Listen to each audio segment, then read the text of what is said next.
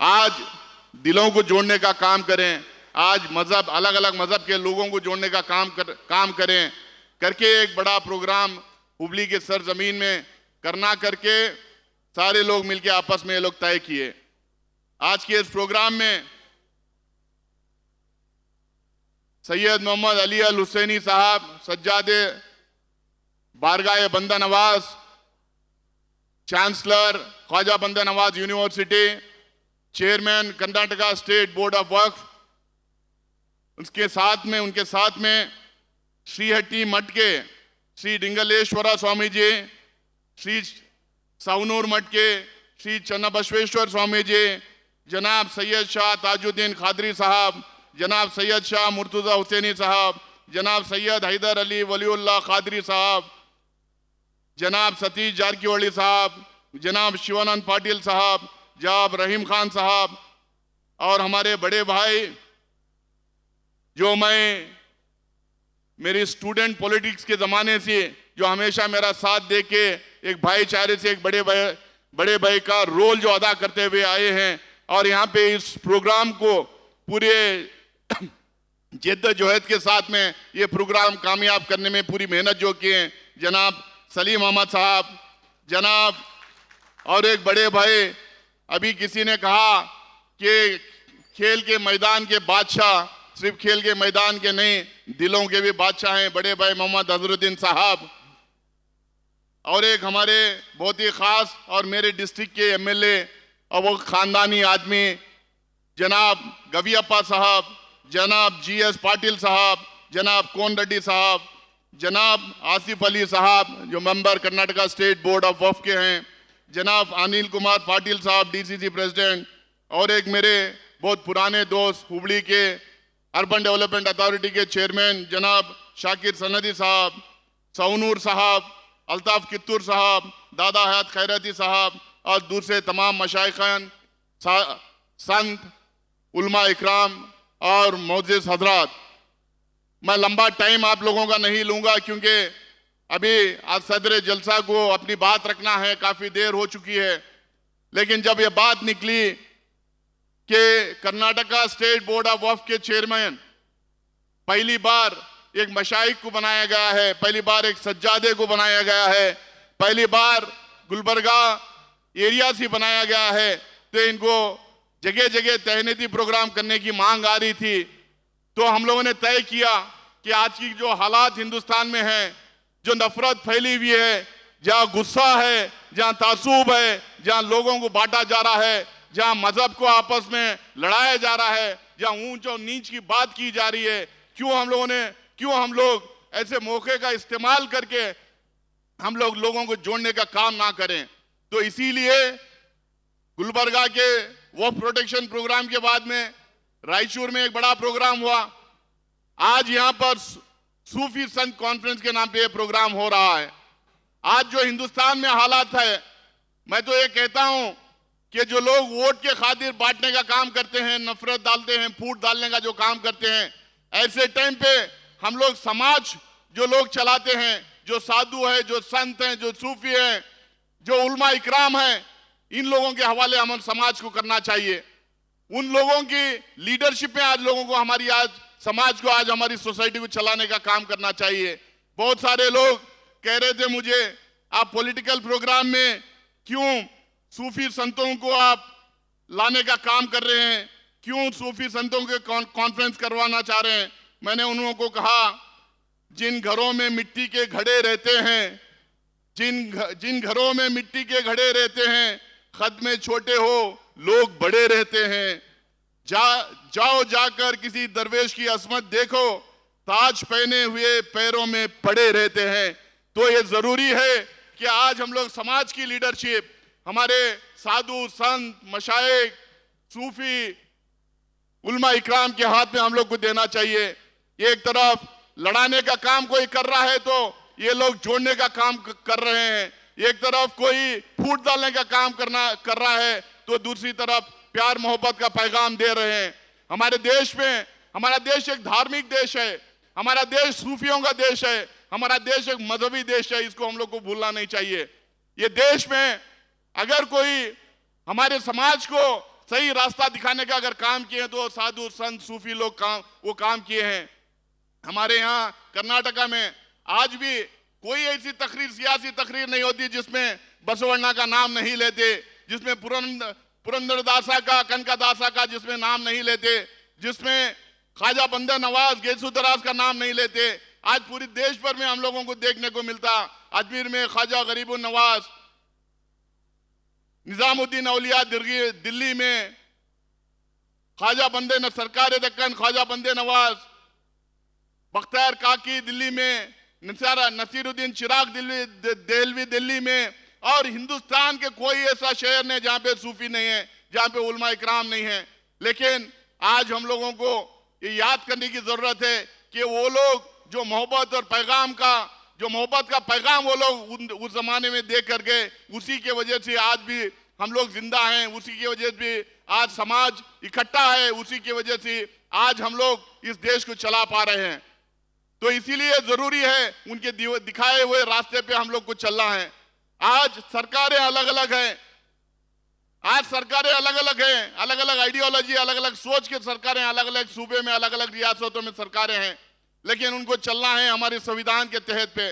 बाबा साहेब अम्बेडकर ने कहा, जो सूफी संत, जो बसवण्णा ने कहा, जो ख्वाजा बंदे नवाज गेसुदराज ने कहा, जो और बहुत सारे साधु संत कहा, जो बहुत सारे सूफियों ने कहा, वही बात हमारे संविधान में कही गई है। पूरा संविधान आप उठा के देखेंगे, एक एक आर्टिकल में आपको यह झलकता है कि हम लोग को एक समानता हमारे समाज में लाना चाहिए, हमें एक एगैलिटेरियन सोसाइटी एस्टैब्लिश करना चाहिए, हमें इक्वालिटी हर तरीके से, हर आदमी को इक्वल तरीके से ट्रीट करना चाहिए, बराबरी का हक देना चाहिए। हम लोग को चाहे वो पॉलिटिकल हो, चाहे वो इकोनॉमिक हो, चाहे समाजी हो, चाहे सोशल, जिसको हम समाजी कहते हैं, बराबरी का हम सबको देना चाहिए। आज सोशल जस्टिस की बात, आज पॉलिटिशियंस आज सोशल जस्टिस की बात करते हैं, लेकिन साधु संत उसी जमाने में सूफियों ने कहा कि हमारे समाज में बराबरी होना चाहिए, सोशल जस्टिस होना चाहिए, कोई ऊंच और कोई नीच नहीं हो सकता, कोई बड़ा और कोई छोटा नहीं हो सकता, कोई अमीर और गरीब नहीं हो सकता, सबको लेवल प्लेइंग फील्ड होना चाहिए, सबको एक सा हम लोग को देखना चाहिए। लेकिन आज तरह रकम के बिल्स लाया जा रहे हैं, अलग अलग कम्युनिटीज को टारगेट किया जा रहा है। वक्फ बोर्ड के बारे में जब बात कर रहे हैं, वक्फ बोर्ड के सदर यहाँ पे बैठे हैं, उनका फेलिसिटेशन जब हो रहा है, ये जरूरी है कि मैं आपके सामने दो बात वक्फ बोर्ड के बारे में रखा हूं। मैं जेपीसी का मेंबर उस दौरान था जब वक्फ की जेपीसी चल रही थी,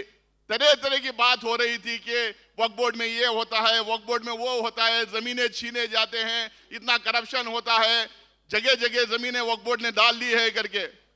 उसमें डिस्प्यूट क्रिएट करने की कोशिश कर रही थी। लेकिन बार बार मैं उस टाइम पे भी कर रहा था, और पार्लियामेंट में जब मुझे मौका मिला राज्यसभा में अपनी बात रखने का, उस टाइम भी मैंने यही कहा, हम किसी मजहब के खिलाफ नहीं है,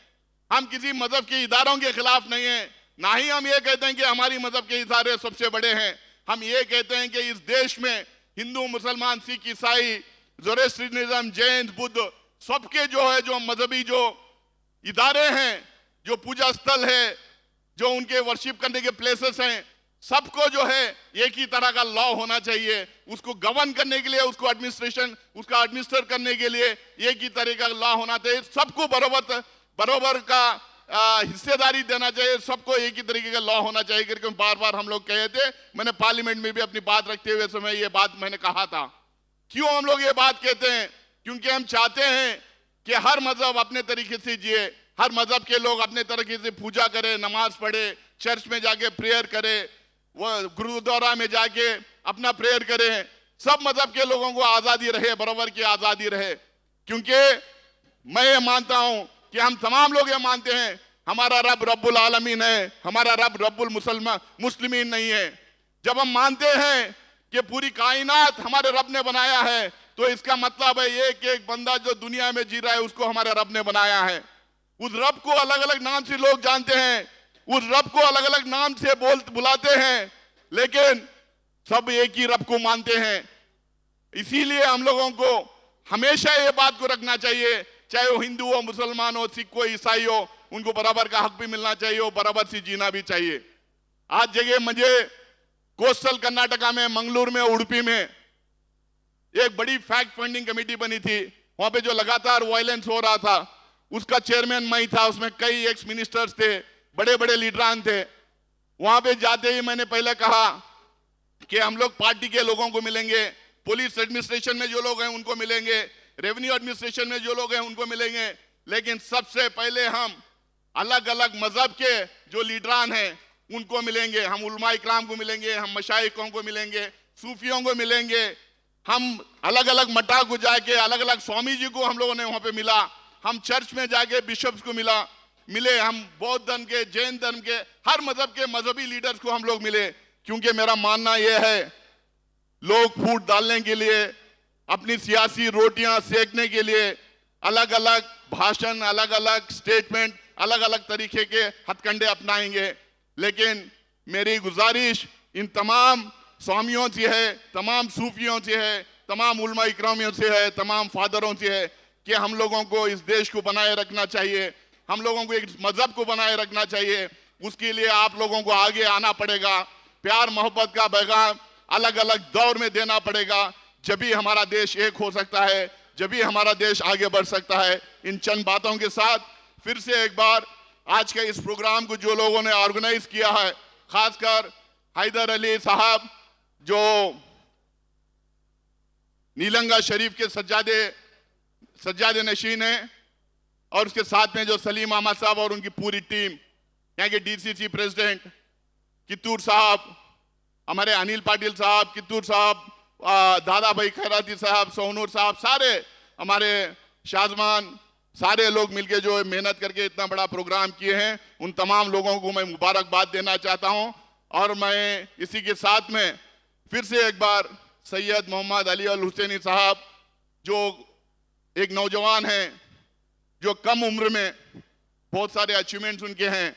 जब ये बात आई कि किसको चेयरमैन बनाना है, मल्लिकार्जुन खड़गे साहब, प्रियांक खड़गे साहब, सिद्धरामैया साहब, डीके शिवकुमार साहब, सब सारे लोग बोले, जब इनका नाम सामने आया तो इतना साफ सुथरी छवि रखने वाले, इतनी कम उम्र में जो एक यूनिवर्सिटी के चांसलर बने हैं, और इनके वालिद साहब जाने के बाद में सज्जादे, बारगाह बंदा नवाज के सज्जादे बने हैं, और बाहर से पढ़े लिखे भी, बाहर से पढ़ लिख कर भी आए हैं। तो इनके हाथों में कौम के जो प्रॉपर्टीज हैं उनको इनके हाथों में सौंपा जाए, ताकि ऐसे दिन में जब वक्फ प्रॉपर्टीज के ऊपर वार हो रही है, जब वक्फ प्रॉपर्टीज को लेके एक बिल लाया जा रहा है, जब वक्फ के इदारों को कंट्रोवर्शियल बनाने की कोशिश की जा रही है, जब वक्फ के नाम पे पूरे हिंदुस्तान में सियासत हो रही है, जब कम से कम ऐसे शख्स को हम चेयरमैन बनाएं जहां पर कोई गड़बड़ करने की कोई गुंजाइश ना हो, जहां पर हम लोग कहें, जो अंग्रेजी में कहें कि we are given this properties into the safe hands करके बोल के, ये एकदम मजबूत और सेफ हाथों में वक्फ बोर्ड को हम लोगों ने देने का काम किया है। उन तमाम लोगों को भी मुबारकबाद देना चाहता हूं, और साथ में अली उल हुसैनी साहब को भी मुबारकबाद देना चाहता हूं कि आप आगे बढ़ के पहली बार मेंबर बने और पहली बार चेयरमैन बने। आप लोगों से मुस्लिम कम्युनिटी के बहुत सारे उम्मीदें हैं, मुझे यकीन है कि आप उस उम्मीदों पे खरे उतरेंगे। उसके साथ में सिर्फ वक्फ प्रॉपर्टीज को आपको देखना नहीं है, लेकिन क्योंकि आप एक मशाइख हैं, क्योंकि आप एक सूफी खानदान से हैं, क्योंकि आप हजरत ख्वाजा बंदे नवाज येसु दराज के आल में से हैं, आप सज्जादे हैं, आपको जो है अलग अलग मजहब के जो साधु संत हैं, जो फादर्स हैं, उनके साथ आपको राब्ता बनाना पड़ेगा, और इस कौम को और कौम के साथ साथ कर्नाटका के पूरे समाज को आप तमाम लोगों के साथ मिलकर आपको लीड करना पड़ेगा। बहुत बहुत शुक्रिया, बहुत बहुत मुबारकबाद।